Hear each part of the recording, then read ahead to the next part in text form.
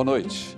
No Globo Repórter de hoje, as belezas da Serra da Bocaina, a floresta brasileira que acaba de se tornar patrimônio mundial. Exuberante, pouco conhecida, ela esconde algumas das cachoeiras mais bonitas do país. Para chegar até elas, nossos repórteres atravessam territórios isolados, quase inacessíveis. Quantas descobertas! A onça parda, um dos maiores felinos das Américas, circula por estas matas. Quem é o caçador das montanhas? O homem que tira da terra uma saborosa iguaria, o caviar caipira. A serra ainda preserva a rica arquitetura dos barões do café. Inspira homens e mulheres que transformam barro em valiosas obras de arte. O programa desta noite é uma coprodução com a Rede Vanguarda, afiliada da TV Globo no Vale do Paraíba. Um santuário ecológico no meio das duas maiores selvas de pedra do país. A Serra da Bocaina fica entre as metrópoles de São Paulo e do Rio de Janeiro, 200 quilômetros para cá, 300 para lá. É um oásis de muitas cores e diversidade. Um lugar em que a natureza se revela tanto nos detalhes quanto em grandes surpresas.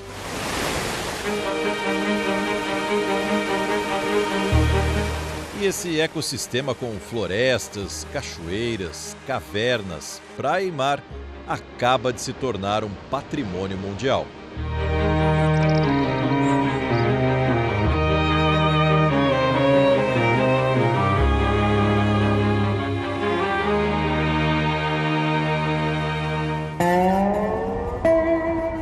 Vamos em busca de aventura. Deixamos as cidades para trás rumo ao Parque Nacional da Serra da Bocaina. A área de 104 mil hectares, quase o tamanho da cidade do Rio de Janeiro, vai da montanha até o litoral.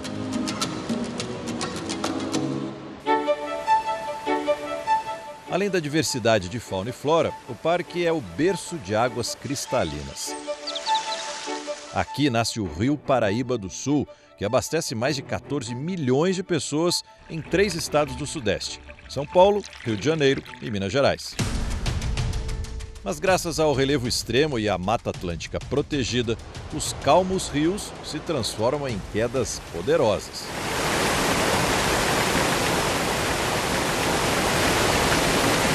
A gente não tem noção do número de cachoeiras, né? Cada vez a gente descobre mais uma, né? Tem áreas inacessíveis do parque que a gente não chegou ainda e que com certeza, como ele está na vertente da Serra do Mar, são inúmeras cachoeiras, né? Daí o nome do Parque Bocaina, que são justamente os caminhos da serra por onde a água desce.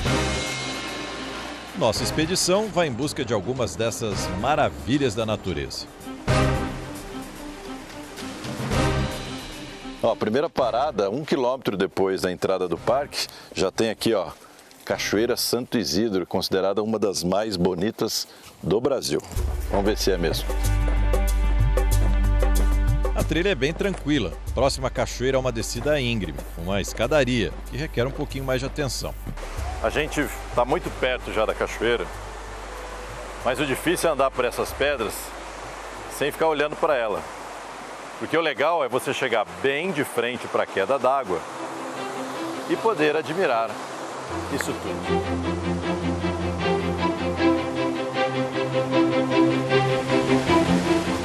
São 80 metros de queda d'água, mais alto que um prédio de 26 andares. O lago formado pela cachoeira é um convite para um mergulho, mesmo sofrendo com a temperatura da água. Mas o melhor é relaxar e desfrutar deste lugar maravilhoso.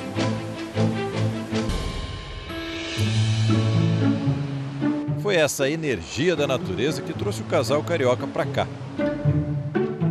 Você falou que conhece muitos parques, né? Muitos parques. Pelo que você viu até agora, o que você está achando? Sensacional, lindo. Cachoeira, acabamos de vir agora. É linda a Cachoeira Isidro. Hora de encher a garrafinha de água para encarar o que vem pela frente. Serão 2 dias para cruzar a serra e chegar em outra cachoeira que fica no meio do parque e dizem que é ainda mais bonito. Fazemos parte da viagem de carro. Mesmo assim, o caminho não é tranquilo.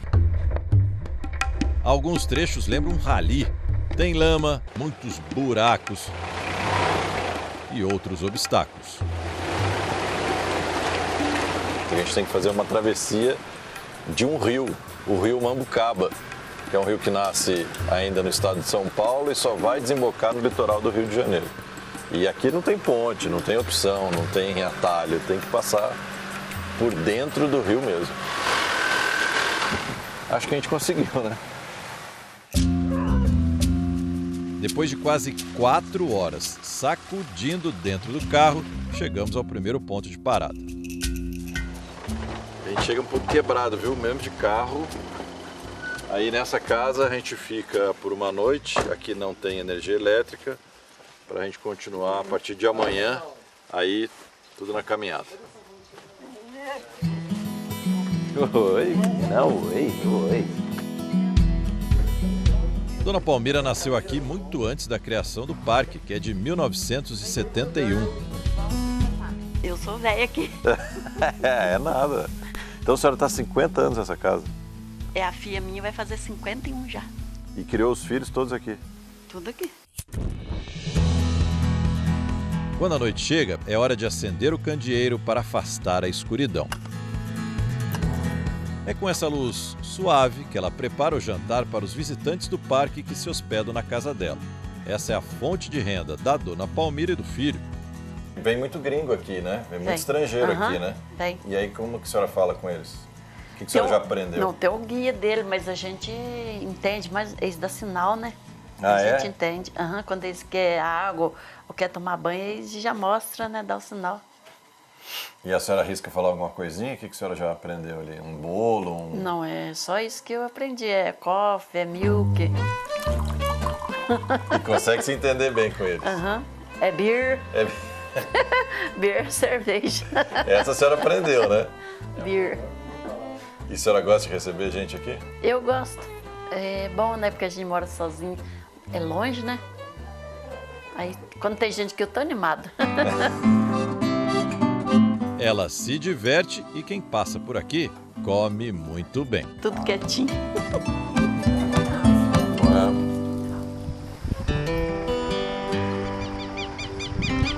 O dia amanhece e nossa equipe, junto com os guias e analistas ambientais do parque, segue pelo meio das montanhas e das matas. Desta vez, vamos a pé, numa longa caminhada. Mas surgem pedras no caminho. Primeiro o ouro, depois o café. Por caminhos como esse, que foram calçados com pedras por escravos, passavam os produtos brasileiros que eram escoados para o litoral do Rio de Janeiro e seguiam para Portugal. Tudo no lombo de mulas. E como eram toneladas de produtos, as tropas, como eram chamadas, se cruzavam por aqui a todo momento. Dá para imaginar que há 150, há 200 anos, o congestionamento para subir e descer a serra era de tropeiros com seus animais.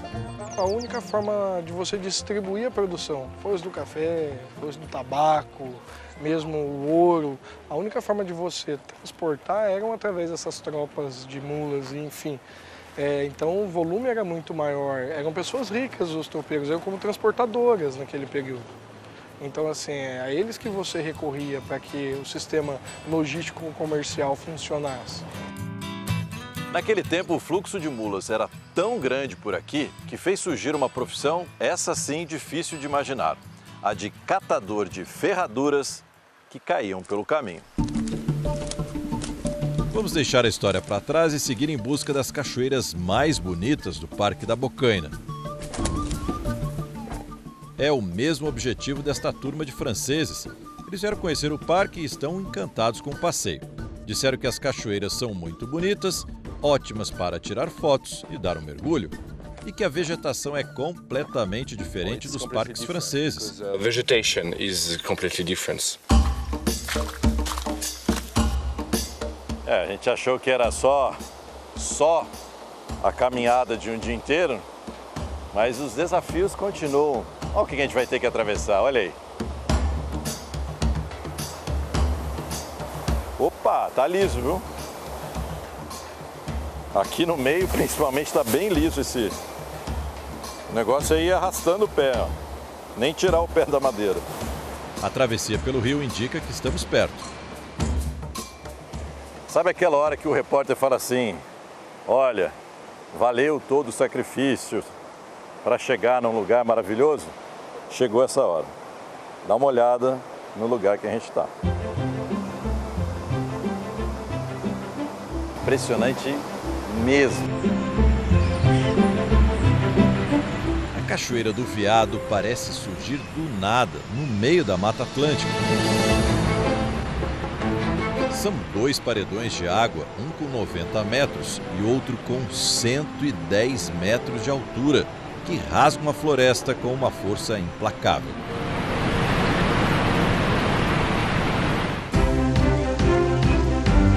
As gotículas e o vapor de água deixam o lugar com uma aura ainda mais especial. Vale parar por um tempo para admirar tanta beleza.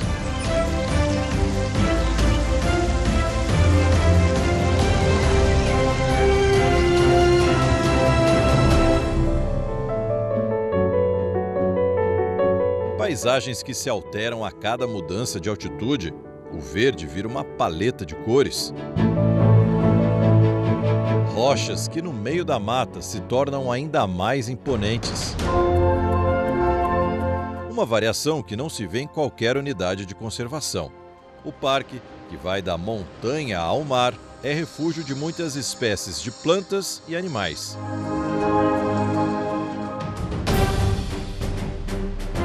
Estamos no litoral. Essa caminhada que a gente vai começar a fazer agora é numa área, numa região que facilita a observação de pássaros. Então a gente vai andar mais quietinho, né, Alex, para não espantar os pássaros, né? A observação de aves tem que ser em silêncio, né? A gente precisa estar bem atento ao movimento, à audição, ao contato visual e para poder fazer um bom registro ou simplesmente poder ver a ave desejada, né? Mas para chamar a atenção dos pássaros, o Alex usa um aparelhinho de som com o canto das aves gravado e elas respondem. A biguatinga, com quase 1 metro de comprimento, estava se espreguiçando quando ouviu o chamado. Outros pássaros também deram as caras. O arapaçu liso, o ariramba de cauda ruiva em pleno horário do almoço e o belo surucuá de barriga amarela. Só no Parque Nacional da Bocaina já foram identificadas mais de 300 espécies de aves. Como tem essa transição de baixada com altitude, então a variedade de aves, elas se misturam e é uma festa. E é uma diversidade muito grande, você vê a diferença de uma para outra é completamente... Muito grande, são cores diferentes, formatos, comportamentos, é para deixar qualquer um de boca aberta e apaixonado. A fauna da Bocaina também deixa rastros. Encontramos pegadas do caminho. A pegada da jaguatirica, né, aqui está bem parecido, ela está bem arredondada, em torno de 5 centímetros mais ou menos o tamanho aqui. A jaguatirica, que pode pesar até 16 quilos, é frequentadora comum de rios e córregos. Câmeras deixadas na mata registram a passagem delas com facilidade. Essa só molhou as patas. Mas entre os maiores mamíferos da Bocaina está a sussuarana, também conhecida como onça parda. Estas são apenas filhotes. De hábitos noturnos, a sussuarana, que pode chegar a 70 quilos, é o 2º maior felino do Brasil. Só perde para a onça pintada, que é bem mais difícil de ser vista nesta região. A nossa parte a gente está fazendo, a gente está conservando e a gente espera que esse animal venha, a gente vai ficar muito feliz se ele aparecer e vier habitar aqui a nossa região. Mas ela é mais discreta, né? Sim, é mais discreto e mais difícil de aparecer. Mas agora com esse trabalho de câmeras, quem sabe a gente tem a sorte de fotografar ela andando por aqui. Se a onça pintada é mais difícil de ser encontrada, com um pouco de paciência, dá para ver outros bichos também ameaçados de extinção. Nas nossas andanças pela Serra da Bocaina, a gente encontrou um grupo de porco do mato, é o queixada. Esse barulho que ele estava fazendo é o que dá o apelido, o nome a ele. Ele bate o queixo quando eles se sentem ameaçados. A gente está muito perto deles. A gente nem deveria estar tão perto, porque eles podem se sentir ameaçados e atacar a gente. Mas é bom não abusar, né? Eles vêm atrás do pinhão e do araçá, que cai do pé. O grupo, que incluía filhotes, ficou tão relaxado, mesmo com a nossa presença, que se entregou a um banho de sol. Encontrar o queixada é um bom sinal. É um sinal maravilhoso. Qualquer área de Mata Atlântica que tenha queixada é uma área que está em excelente estado ou de conservação ou de recuperação, que é o caso aqui da bocaina. A gente está numa estação ecológica, a de Bananal, e isso é fundamental para a gente, inclusive, encontrar um bicho nessa tranquilidade. Com certeza. Os queixadas deitando, de barriguinha para cima, como se estivessem na praia, isso é sinal de que eles estão verdadeiramente no seu ambiente e sem estar sendo vítima de qualquer tipo de agressão. Agora que tudo isso virou patrimônio mundial, todo mundo vai querer conhecer de perto. E aí começa o desafio. Como receber visitantes e, ao mesmo tempo, preservar esses lugares. Gerar renda com a visitação é a opção de convívio e de compatibilização da economia com a conservação ambiental nessa região. Uma região que oferece um nascer do sol como esse.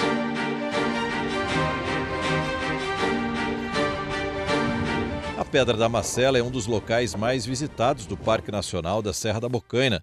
O acesso é um pouco mais fácil. Difícil é querer sair dali.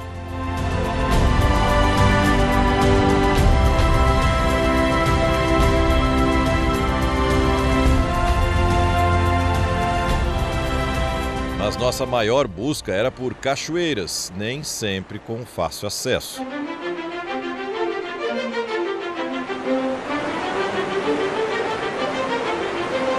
Cada lugar que a gente chega da Bocaina, não tem como não se impressionar, soltar um uau, um Nossa Senhora. Essa aqui é a Cachoeira do Bracuí, fica no meio da serra e tem vista para o mar. É bonito de se ver e linda de ser vista.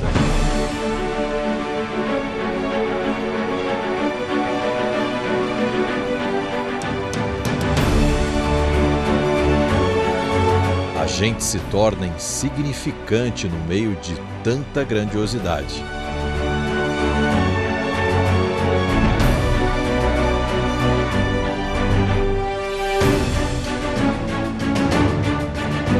A Cachoeira do Bracuí fica no estado de São Paulo, mas essas águas vão banhar Angra dos Reis, no Rio de Janeiro.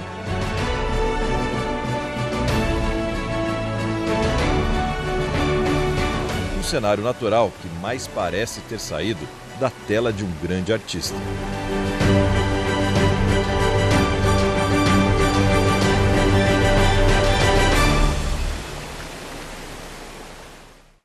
A formiga que vai para a panela e se transforma na mais saborosa iguaria da serra.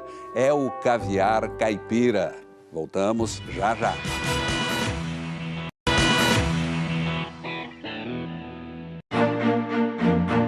As fazendas que ainda existem aos pés da Serra da Bocaina guardam um pouco da história de uma época de muita riqueza. É hora de visitar esse passado.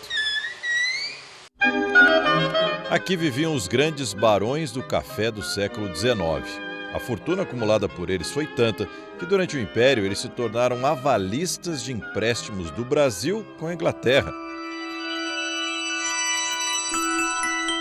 E criaram uma moeda própria, que deveria ser usada para quem quisesse comprar ou vender produtos por aqui.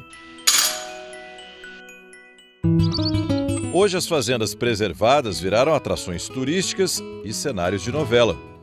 Paixão, cavalo do Dr. Rodolfo. Sim, senhor. Vamos ver como você vai se comportar com seu novo dono, moleque. Senhor Barão, até mais. Qual que é a importância de uma fazenda como essa ainda estar preservada, ainda ter pinturas originais? Qual que é o valor disso aqui?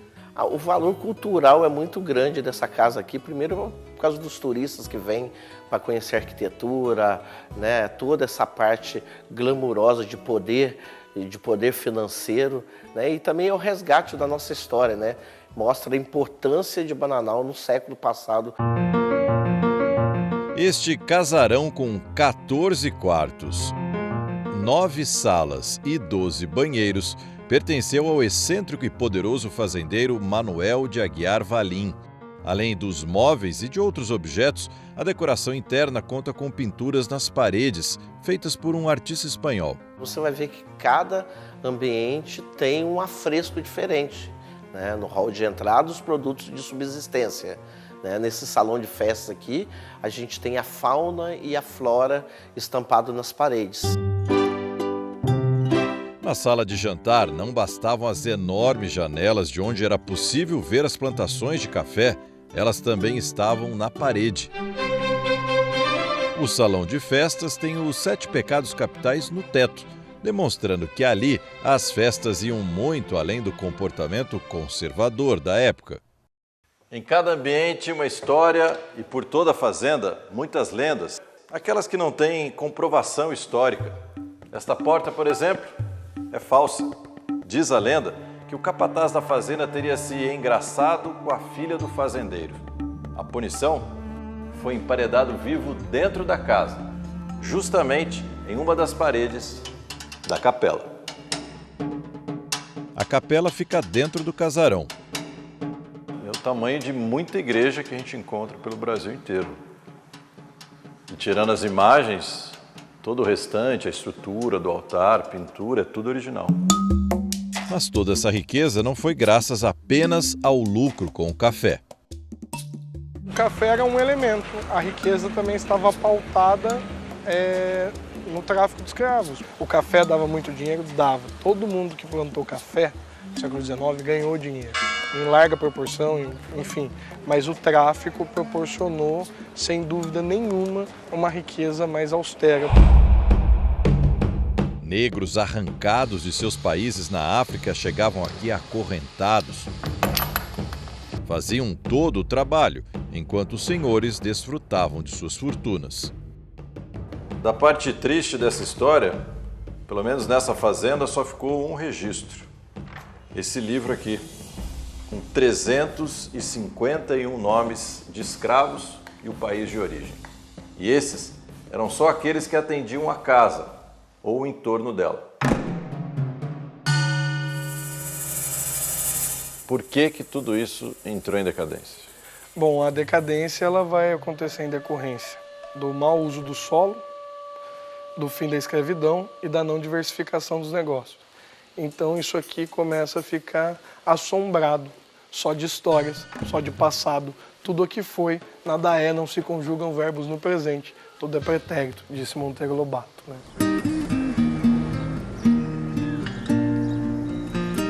Essas palavras do escritor Monteiro Lobato foram publicadas há exatamente 100 anos. Ele trabalhou aqui como promotor de justiça no antigo fórum da pequena cidade de Areias. Hoje tem menos de 4.000 habitantes. No auge do ciclo do café, chegou a ter 6 vezes mais, quase 30.000 moradores. Quando ele viveu aqui, ele descreveu esta região, que fica aos pés da Serra da Bocaina, como cidades mortas. Apesar de um ritmo diferente, elas continuam sobrevivendo.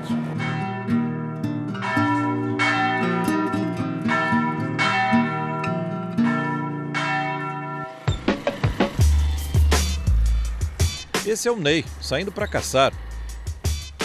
Busca daqui, procura dali, olhos atentos para encontrar a presa que está escondida debaixo da terra. É de lá que vêm essas formigas, muitas formigas. Mas o que o Ney busca são essas aí, maiores. A içá fêmea, ou tanajura, é uma iguaria para os moradores da Bocaina. Tradição que vem dos índios, que já se alimentavam dessas formigas. Petisco, não tira gosto. Tem gente que chega a comer até com comida, misturando comida e come. O que impressiona, além do tamanho do formigueiro, é a organização delas. Foram as formigas que fizeram esse primeiro corte aqui. O mato estava alto há alguns dias. Inclusive, é o primeiro sinal que elas estão saindo. Mas também é preciso conhecer outros hábitos desse inseto. Eles só deixam o formigueiro entre os meses de outubro e novembro. E segundo o conhecimento popular, em época de lua cheia e depois de um dia chuvoso. O que é preciso para ser um bom caçador de içá? Primeiro, ele não pode ter medo da formiga, né? Ele não pode ter medo da formiga, ele tem que entrar e encarar a formiga e pegar, ser rápido, ter a coluna boa, né? Senão, de tarde, a coluna não está aguentando mais, né? Mas dá para dizer que você é um fominha, né? Porque a gente estava tentando fazer entrevista com você e você não parava de pegar içá. Bom, mas é que eu vim para pegar o içá, né? E vocês vieram para filmar, cada um veio para fazer uma parte. Eu vim para pegar o içá. O Ney é mesmo um bom caçador de içá. Enche baldes e baldes para levar para casa. Mas não é todo dia que leva vantagem sobre a caça. Nossa, mãe! Guloso morre de fome mesmo, né? Por falar em fome, vamos deixar o Ney catando as formigas perdidas e ir atrás de alguém que faça o prato para a gente experimentar, né? Entre os moradores da Bocaina, cada um tem um jeito, uma receita para fazer içá. Mas a mais comum, aquela que quase todo mundo sabe, é a farofa de içá, feita no fogão a lenha. A formiga limpa, sem cabeça, pernas e asas, vai ganhar a companhia de outros ingredientes: banha de porco e alho. O que vai para a panela é a barriga dela, que aqui a gente chama de bundinha. Dentro são as ovinhas dela. Não é por acaso que o escritor Monteiro Lobato chamou o içá de caviar caipira. Ele morou nessa região e era um fã declarado do prato. Paciência de cozinheiro, mexe, põe mais fogo, coloca sal, mexe mais um pouco. O cheiro durante o preparo é forte e só meia hora depois... E aí, Matheus, tá pronto ou não? Agora ela está no ponto. Ela já atingiu a crocância que precisa, já secou e agora eu vou tirar. Já está com alho, já está com sal. Tá, o sal coloca a gosto. Normalmente ela tem que ser um pouquinho mais de sal para ela pegar um temperinho legal, tá? Entrar com a farinha para fazer a farofa.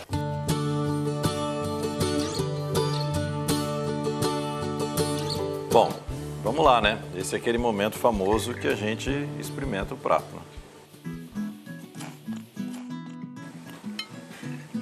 É bem crocante pelo lado de fora e dentro é como se fosse uma castanha. Uma castanha bem levezinha. Bom, muito bom. E o Matheus está me dando uma dica aqui, ó.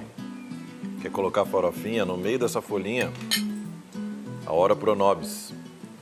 Faz uma trouxinha assim, é isso? Isso. E come tudo junto. Tudo junto. Fica bom também. Ela deixa mais úmido no paladar, né? Ela molhadinho. Combina isso, combina bem com a farofa. Ela quebra essa parte da farinha. Que é mais seca. Fica isso. Ela casa certinho e o sabor também fica muito gostoso.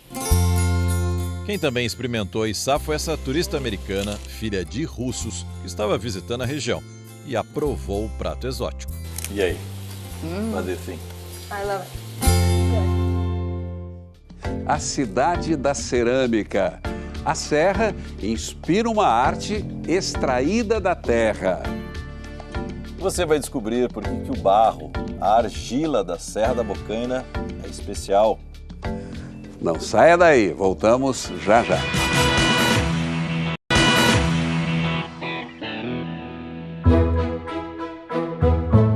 Essa é outra riqueza da Serra da Bocaina. Tudo começou na década de 70, quando jovens artistas do Japão e de Portugal chegaram à cidade de Cunha, que fica no meio das montanhas. Além do clima ameno, havia muita lenha disponível para abastecer os fornos. E também uma outra matéria-prima essencial para o trabalho deles. A argila, retirada do solo da Bocaina, tem uma composição química considerada ideal para a produção de peças em barro. Foi graças a isso e à inspiração dos artistas que a cidade se tornou um polo nacional da cerâmica. São mais de 20 ateliês que produzem diferentes tipos de peças. Elas chamam a atenção pela diversidade e estilo. Cada objeto reflete a expressão individual do ceramista. E é preciso muito talento para transformar o barro numa obra de arte.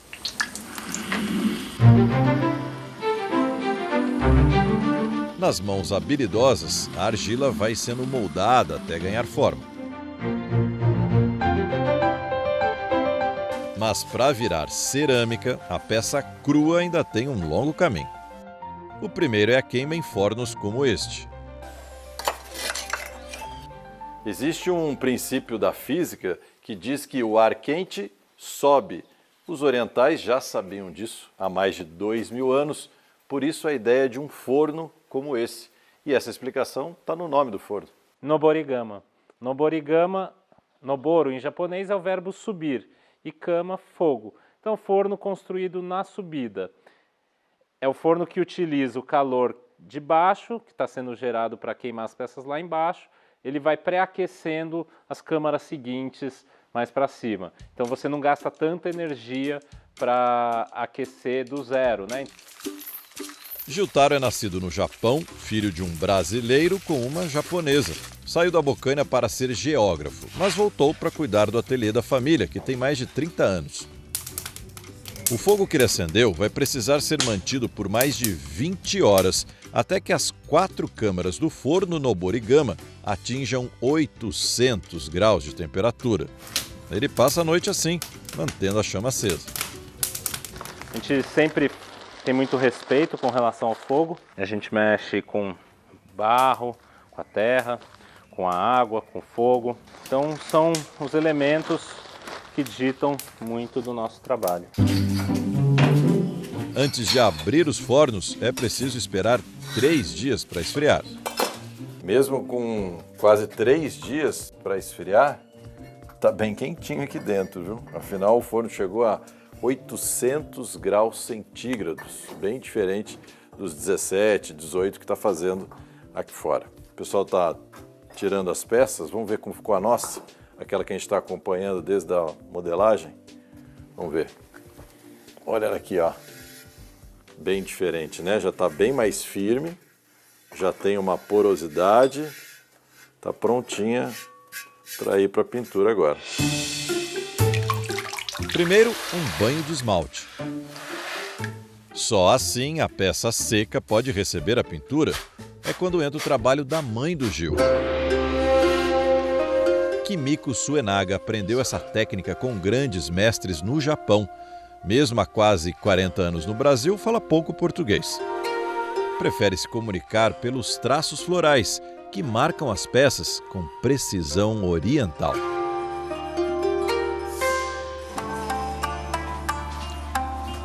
E ainda tem mais. As peças voltam para o forno para serem finalizadas. Desta vez, a temperatura será ainda mais alta, 1.400 graus. Então, vulcão, porque a temperatura é praticamente a mesma que a gente está aqui a 100 km embaixo dos nossos pés. Se eu pôr um pedaço de granito aqui, ele vai derreter. Se eu pôr um pedaço de ardósia aqui, ele vai liquefazer. Então, é uma temperatura realmente muito alta, é a mesma temperatura de um vulcão, né? Então esse barro da Bocaina é resistente, hein? Esse barro é bem resistente, bem refratário, dá ótima cerâmica. A alquimia do fogo é que vai dar o toque final na peça. As chamas deixam sua marca, alterando a textura da cerâmica. Nem quem fez sabe exatamente como elas vão sair de dentro do forno. Olha, hoje vai ser a abertura final do forno, mas hoje o dia está um pouco diferente aqui. Dá uma olhada a quantidade de pessoas que veio acompanhar essa abertura do forno. Quentinho, parece pãozinho saindo da padaria, sabe? Dá sorte encostar na primeira vez. Esse é o resultado depois de quase um mês que a gente está acompanhando essa peça aqui. E é muito diferente, né? E agora não tem mais nada que possa fazer. Essa é uma peça que, claro, ela é decorativa, mas se fosse uma peça, uma travessa, ela poderia ir no forno, no micro-ondas, na máquina de lavar louça sem problema algum. Se aguentou 1.400, aguenta qualquer temperatura agora, né? As cores e o brilho indicam que a mágica da queima em alta temperatura aconteceu. É a terra da Bocaina se transformando em arte.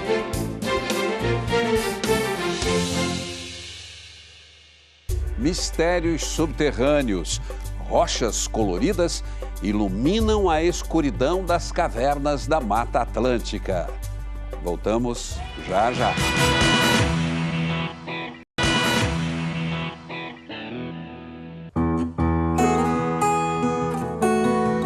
A Serra da Bocaina esconde outras belezas que não estão ao alcance dos nossos olhos. Algumas delas ficam ocultas embaixo da terra. Hora de ir mais fundo na nossa expedição. Vamos conhecer uma caverna da Bocaina. Ó, carros ficam para trás agora e a gente vai para uma caminhada carregando bastante equipamento para poder iluminar a caverna. A gente dá uma caminhada agora de uns 20 minutos pelo menos, né? 20 minutos, meia hora. Então vamos lá, torcer para não chover, né? A caminhada era com obstáculos, o que deixou tudo mais lento. Mata fechada. Acho que não, hein? Melhor por baixo.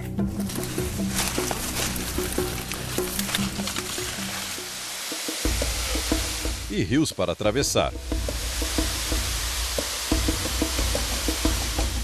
O paredão de pedra indica que chegamos.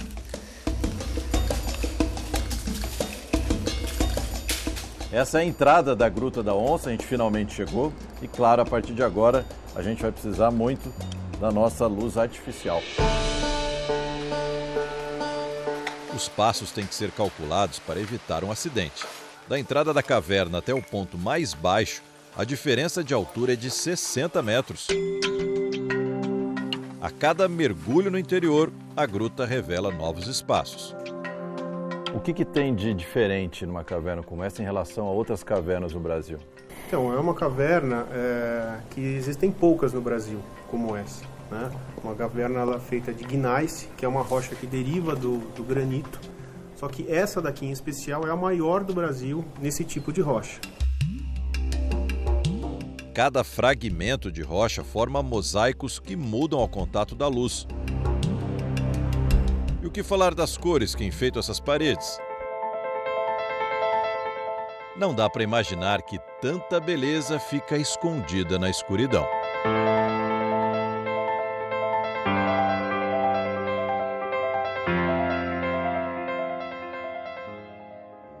E você fica agora com Máquina Mortífera, a série. Um bom fim de semana e até a próxima sexta.